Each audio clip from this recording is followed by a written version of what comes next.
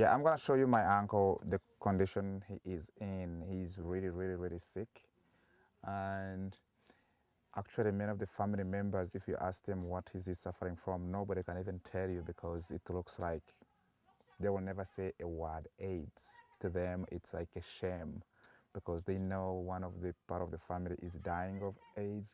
And since they know it's a sexually transmitted disease, they just don't want to feel like one of their family members abused sex and got the disease out of it. So every time, whenever I call my brother and I'm like, did my uncle get checked or whatever, and they will never say.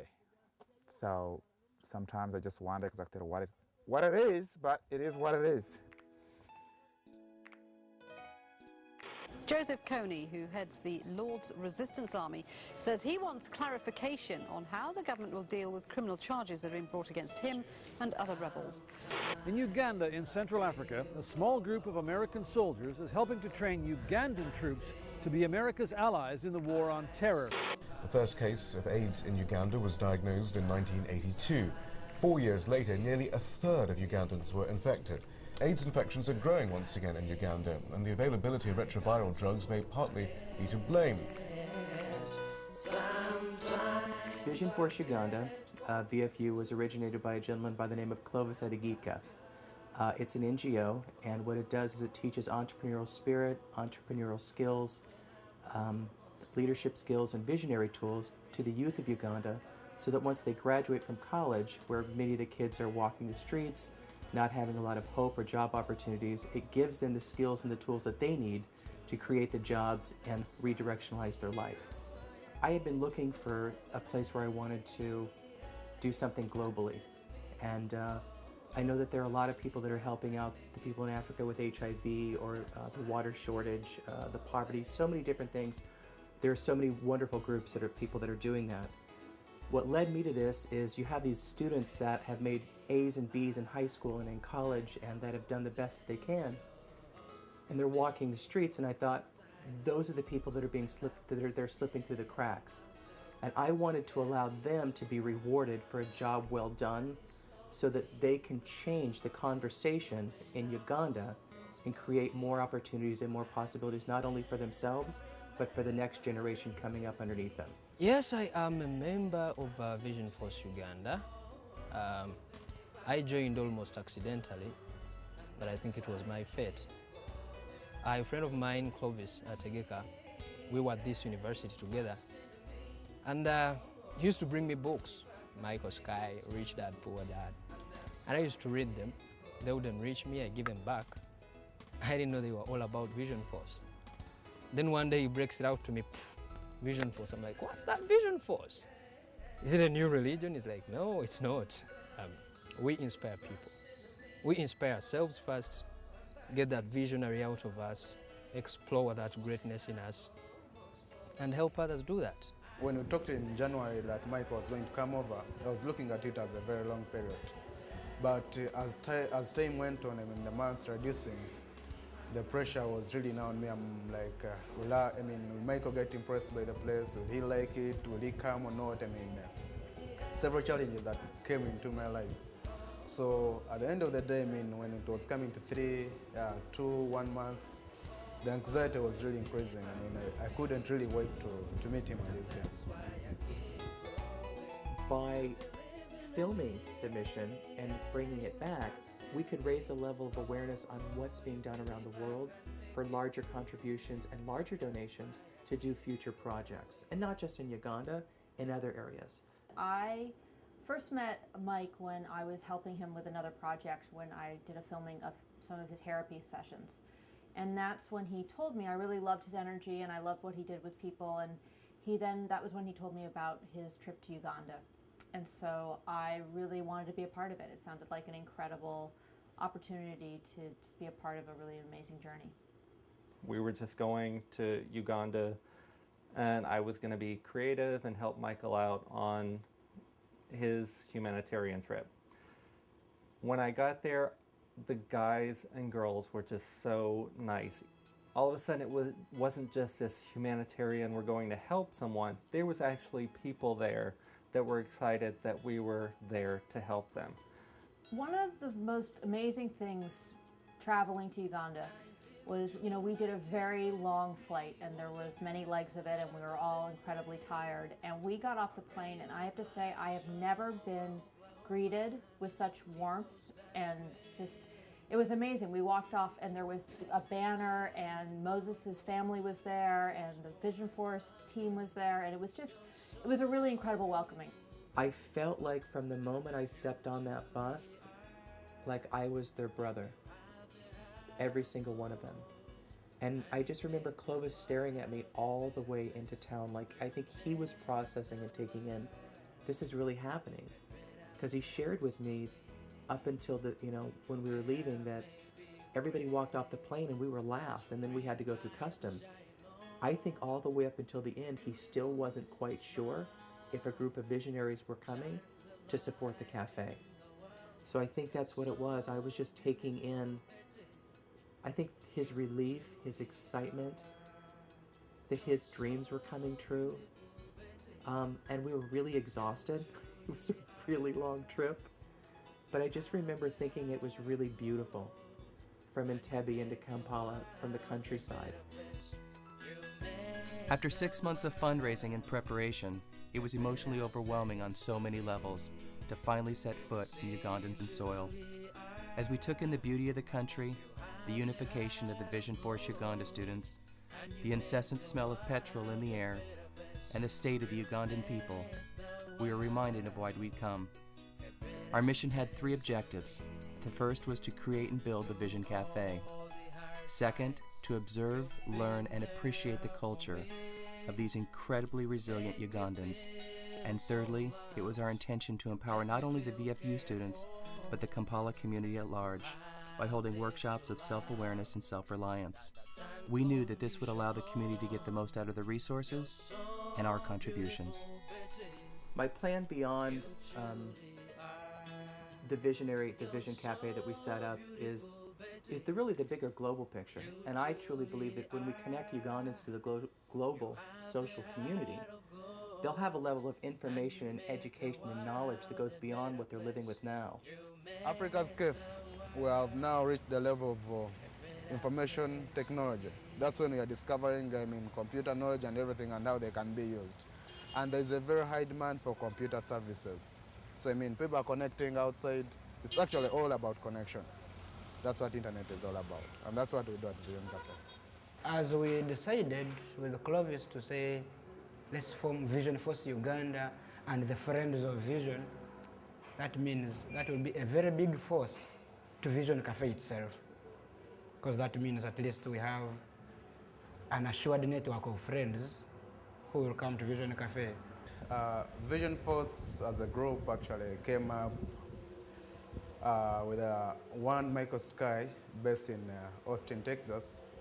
He's the founder of VisionForce Academy, and we formed some kind of alliance. So he would provide us with the tools from VisionForce Academy and wanted those tools to reach the local youth here in Uganda. So it's about getting an awakening.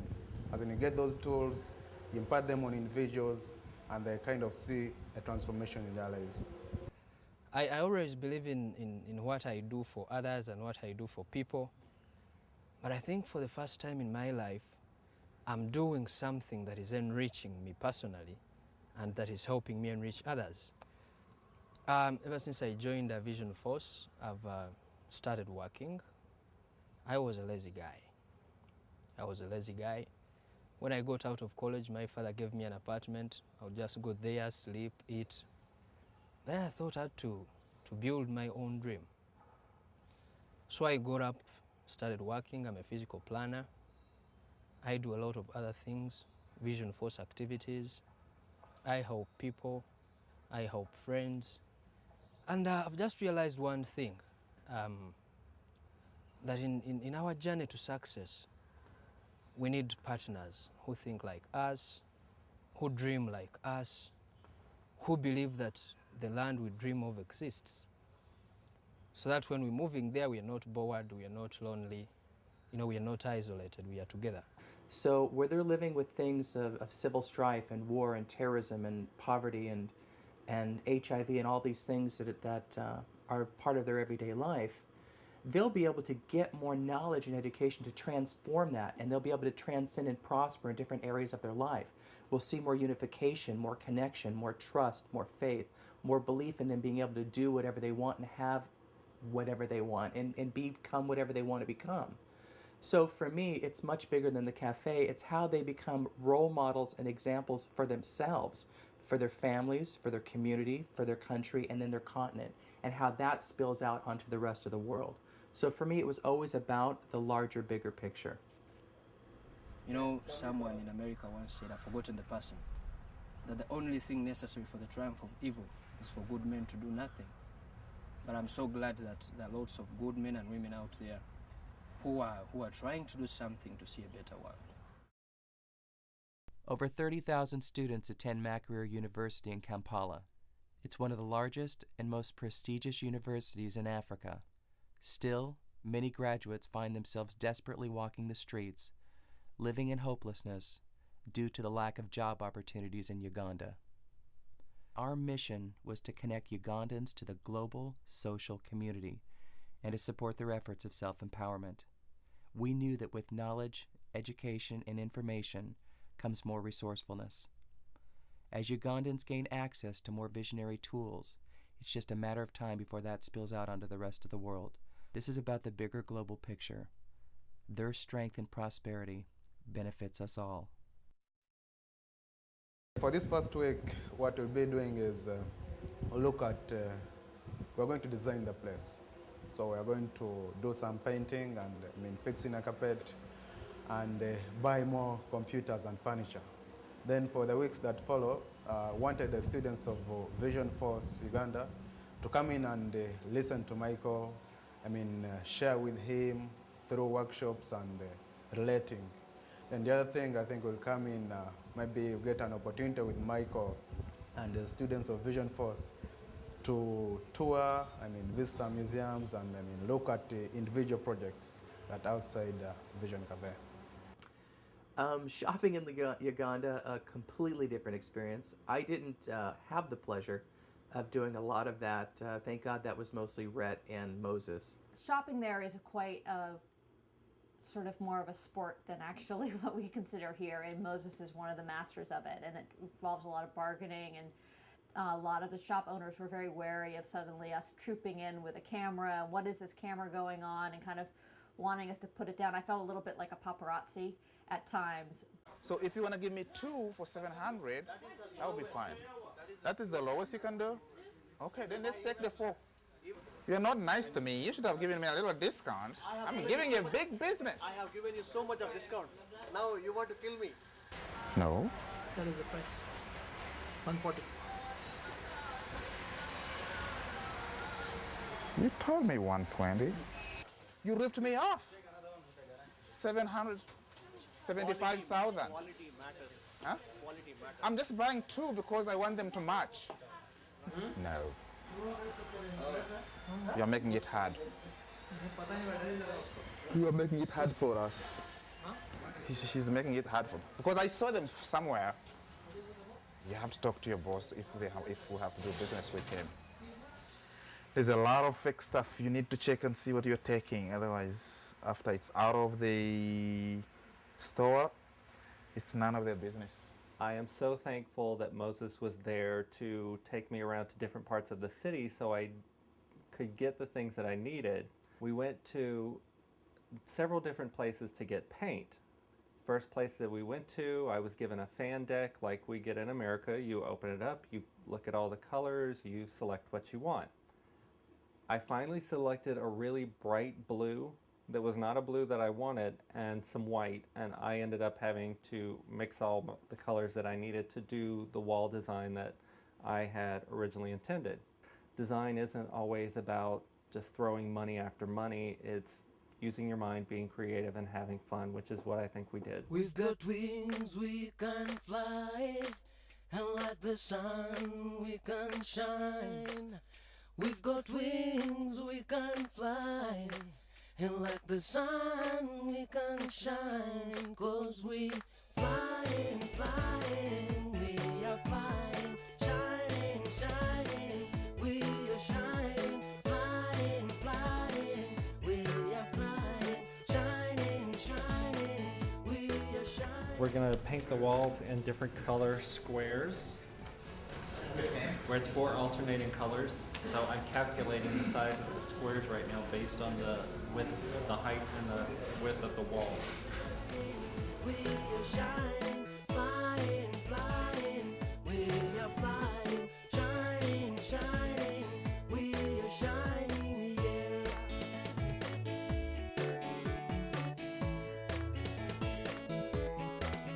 Sometimes you make mistakes, and if you know, then you've not tried. Sometimes you may be hurt, but that's why you need to be strong. Sometimes you may be slow, but for real you will prevail.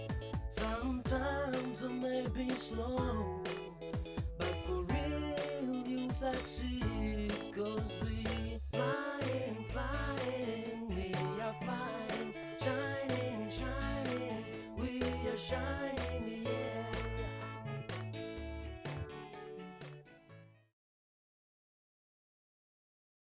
Moses Bakunda, a Ugandan American, joined our mission and helped us tremendously by serving as a liaison. His knowledge and understanding of the culture, combined with his negotiation skills, helped us get the most out of our funds for the cafe. Moses was gracious enough to bring us to visit his family, who were very wealthy for their village. Our visit turned into a somber one. Like so many others in Uganda, Moses' uncle was living with and dying of AIDS. My name is Moses Bakunda. And how old are you? I'm 35. I'm 35 years old. To me, when you guys told me you wanted to help one of the Ugandan boys to set up a business for him, I just felt like you're going to help my brother. I know I'm outside the country, I live in the States, but I love my country so much. And whatever everyone talks about my country and they want to come and contribute something, I'm always grateful. Doesn't matter where it goes, as long as it's coming to my country, I just feel like it's helpful for my people in Uganda. My impression of what the villages were like were a little different than I anticipated because I'm not into, well, I didn't do all kinds of research to find out what living conditions were right there. All that I know is from National Geographic growing up. So seeing a lot of the construction, it was, from an architectural standpoint of me, was so interesting seeing how they use what materials they have to make their homes. So I thought that was very, very interesting to see. I just feel like my dream came true because I have always wished to bring my friends to come and show them where I grew up, where I was raised, my family, the condition they are in. You know, to me, it means a lot to me. Be going in and out from the kitchen to the house. So this is the compound, it's a backyard.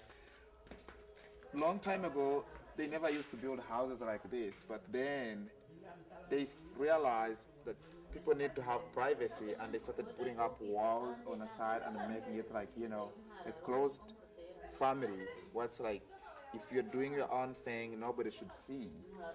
This is our kitchen, it's our former kitchen. You see these 3 stands? This is where they put the saucepan and they put fire under it and they cook the food.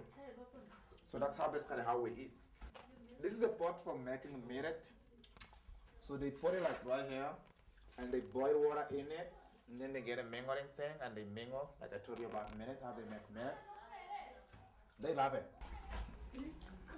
This is a coffee tree. I think it's still growing, it's still young, so they're keeping it, but I know it's stronger than the bananas, but if you cut this tree, my dad would kill you. He has like 400 cows. He has like 300 goats. He pretty much has it all. But sometimes we wonder why we actually go and leave this country. But it's it's all the same thing I grew up with. I grew up seeing the cows. We grew up seeing all this land. He's always told us this is all our land. This was all a bush. Has it meant a lot to you to come back and see your uncle who's passing away of HIV? What was that like for you? It's been, I think it was a blessing for me, for this mission to come at the same time when I knew my uncle was passing away any time, and I get to see him. And pretty much, I don't know how long he's gonna live, but at least I saw him. I don't want him to be in that situation. He'd rather get better, or he'd rather rest. I feel like we were actually looking at more of a skeleton of the man he was, but you saw the man he was reflected in Moses, reflected in his children that were right there. And it was just a really sad, hard experience, and I think it really brought home to me, you know, what that disease can do. My uncle, when we're talking about it, that he's leaving 2 young kids, that's one of them seated there. And I just wondered exactly how it happened, you know, when somebody's in that condition and they still have sex and get a baby. So, how do you know, Manuel? Hey. My uncle was a very powerful man in this family. My mother said if this uncle was not there, I wouldn't be there. She was a strong supporter of my mom. My dad is very rich, but he was always gone. My uncle was always there for my mother. When Moses told me that his uncle had HIV and it was full-blown AIDS, I didn't really know what to expect. I had spent a lot of the times in the late 80s and the early 90s at different hospitals in Los Angeles with friends of mine who had passed. There were 2 years that I felt like I was at the hospital a good 60% of my life. So it had been some time since I had experienced that. And when Lila and I walked into his home, which I thought was so gracious of his family to allow us to do that, I had no idea of the impact that that was going to have when I saw this man there. The difference being that in LA, my friends passed away, I thought, with a lot of dignity. You know, they had electricity and beds and IVs and the comforts of a hospital in the United States. This man had so much love. He was surrounded by his family. He was surrounded by his children. But I can't even begin to imagine the amount of pain that he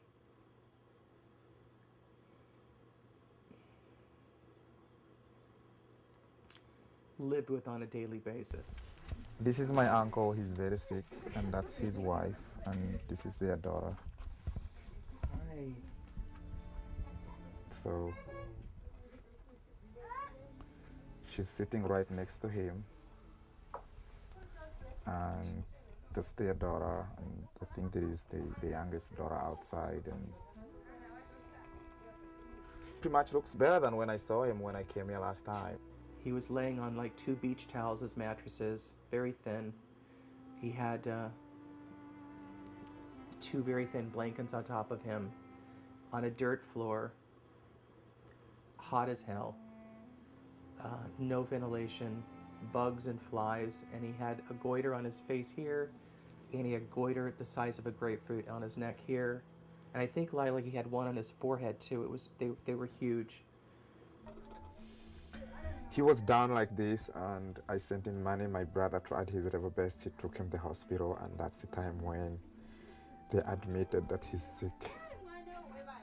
And they tried medication for HIV. So, but the doctors told them it was too late. I had to leave after about 1 minute, and Lila stayed in there for another minute. I don't know how she did it. But that's why we went, because I know that if we can raise the level of awareness,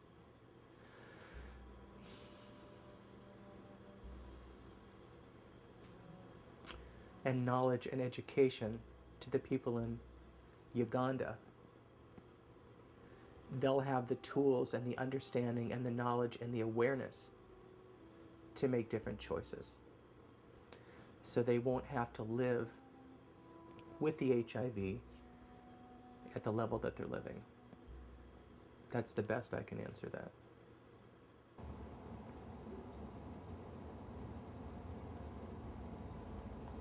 People should get more educated about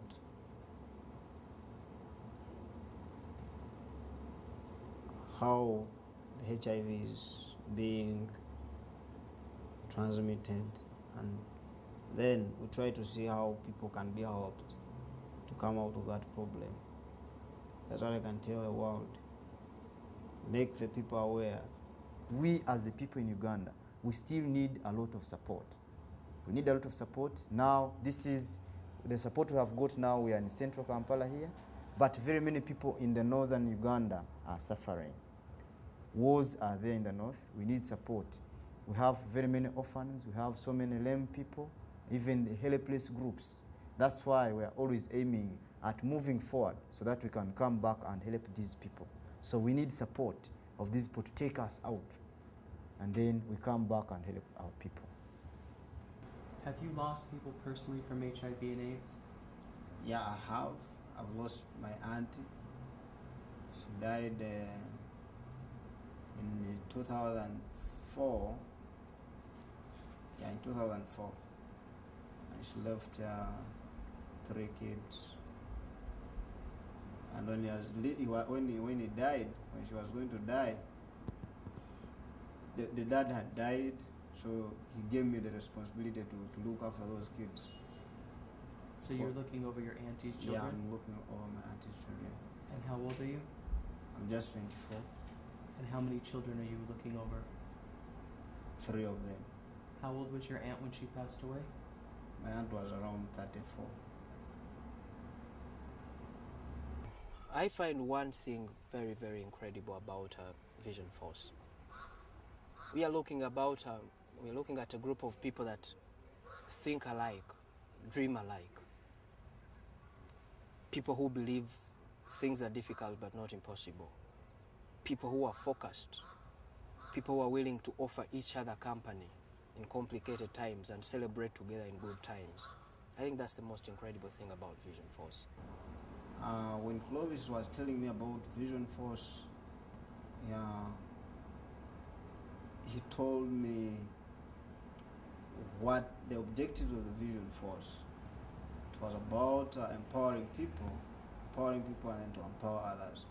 And in this, what he talked about was education, giving other people's knowledge. I mean, expressing knowledge with each other. Then he talked about HIV and AIDS. He talked about eradicating poverty. So I was interested. I picked the interest when he told me about that. That's why I had to join him. As in now, the guys have now the courage. They have already seen what you've done for Clovis. That cafe is going to transform Uganda. It's going to transform Africa because Clovis and all of us guys are focused. And the way guys are, now we are in an age of information technology in Uganda. Although we are backward, but guys are now catching up with information technology very fast. In going to set up the Vision Cafe, I knew that it wouldn't serve them to just set up a cafe, say, here's the money we raised, now go. Because they still needed the tools. They needed the roots to be able to build and create from there. So I knew that we had to plant more seeds of leadership and visionary skills and entrepreneurial spirit, abundance workshops, following your heart, opening up new experiences, new opportunities, new beliefs. My workshops allowed them to open up so many new doors and create so many new inquiries for them that they didn't even know were possible, for them to then step into their own lives and take the ball and say, this is where I want to go. So my workshops were about creating self-reliance and self-empowerment and self-confidence and trust and faith for them to know that the sky's the limit. My vision in the world is for self-acceptance for each and every person, because I believe that if each of us accepts ourselves for who we are, then we can accept each other for who we are, and we'll accept each other's uniqueness, and diversity and appreciate and celebrate that within ourselves and each other. I was able to create a really safe, sacred space for them to really open up and share what they needed to share. And then what we were able to do is we were able to put them in that place of where they want to be as if it was already there. And that's when I would see the light up in their eyes. Because it was like it was like a sensory experience for them. Like they could see that it was possible and feel and touch and taste that it was tangible. So what ended up happening by the time we got to the end of the most of the interviews that we did is I would ask them, so, what is it that you want the world to know?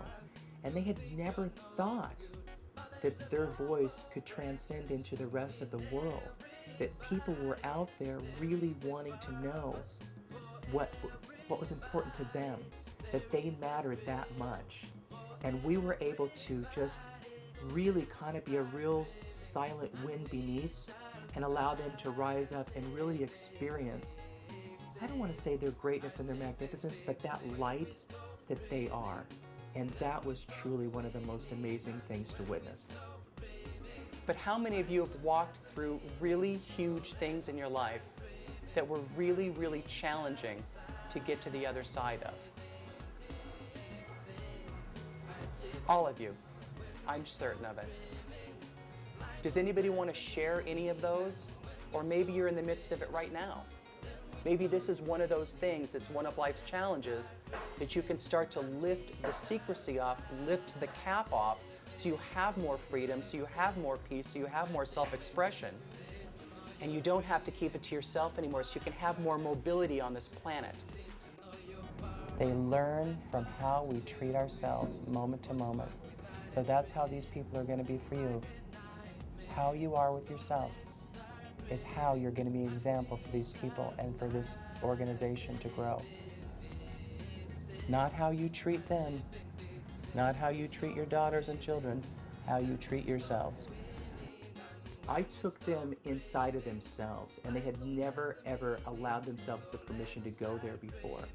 So if they have them on their own team, if they know and can trust their instincts and trust their own knowledge and trust their own inner voice and that gut, they'll be able to follow that. They won't be looking over their shoulders anymore in a world of hierarchy and seeing how they fit in, like I'm better than that one or lower than this one. Everybody all of a sudden lines up beside you. And when they do, everybody becomes a support to you. And it's just amazing how that happens. And that's what the difference in my workshops were, where I started out and there were maybe 20 people there the first night. They were like 55 or 60 by the 8th workshop. Word had spread over Kampala, Wandagia, that, there was this person that was really leading them inside of themselves to discover whatever their truth was. Not what they've been told, not their history, not their culture, not their ancestors, that they get to create the new beginning and write the destiny of their lives.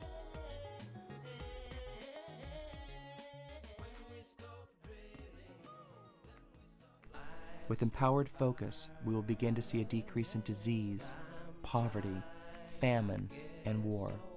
We'll begin to see elevated levels of unity, leadership, peace, prosperity, love, compassion, and self-esteem. It's all about connection, and we are all interconnected.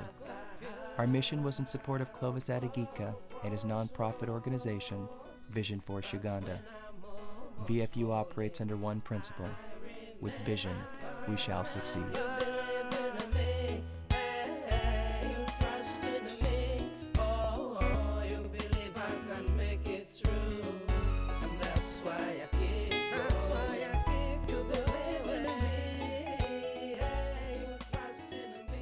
I wish you could know how much you are treasured in and by my heart.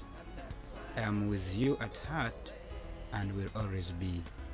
I may take time to write, but I just want to inform you, too, that it's great being with you at heart. I appreciate all the encouragement you render to us. There is a good time here, and there is business at the same time. Whoever comes in one day cannot resist coming back another time. Friends are increasing. We just have that belief that all can be done. It's a matter of getting to know how. You are loved from the deep bottom part of the heart of Vision Cafe and VisionForce Uganda. Love, faith, light, and blessings. Sema Kula Said.